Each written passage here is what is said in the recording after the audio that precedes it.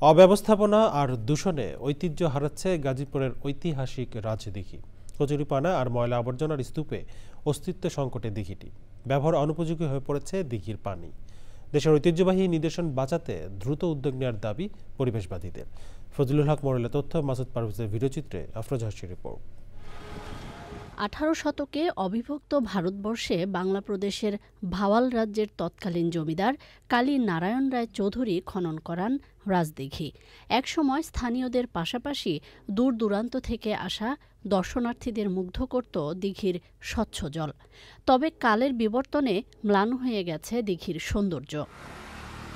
সঠিক পরিকল্পনা ও তদারকির অভাবেই এমন বেহাল দশা। পুকুরে আমরা একসময় গোসল করতাম, সাঁতার কাটতাম।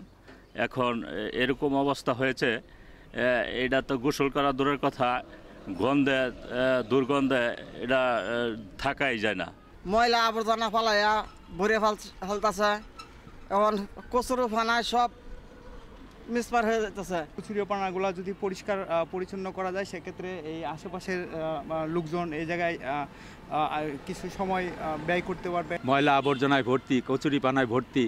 আমরা চাই এই পুকুরটি সংস্কার করে পুকুরের চতুর্দিকে পার্ক সিস্টেম করলে পুকুরটা ভালো হবে এবং জনগণের জন্য ভালো হবে। বৃক্ষরোপণ সহ সংস্কারের মাধ্যমে দিঘি কেন্দ্রিক বিনোদন কেন্দ্র গড়ে তোলার আশ্বাস প্রশাসনের।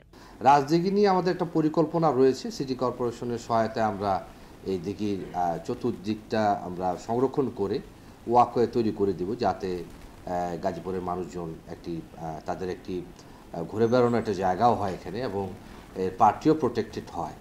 তো যদি আমরা সম্পূর্ণ করে ফেলতে পারি, সেক্ষেত্রে এই রাজদিঘিতে যে ময়লা ফেলে বা বিষয়গুলো হয়তো তখন বন্ধ হয়ে যাবে। আপাতত আমরা তাদের বিরুদ্ধে আইনানুগ ব্যবস্থা গ্রহণ করব, যেহেতু তারা ভালোভাবে কথা শুনছেন না। বারবার বলা সত্ত্বেও কিছু কিছু ব্যক্তি এই দিঘির পাড়ে তাদের গৃহস্থালী বর্জ্যগুলো ফেলে যাচ্ছেন। দিঘির পরিবেশ ও প্রকৃতি রক্ষায় দ্রুত প্রশাসনিক তৎপরতার তাগিদ এলাকাবাসীর। আফরোজা হাসি, প্রকৃতি ও জীবন ডেস্ক, চ্যানেল আই।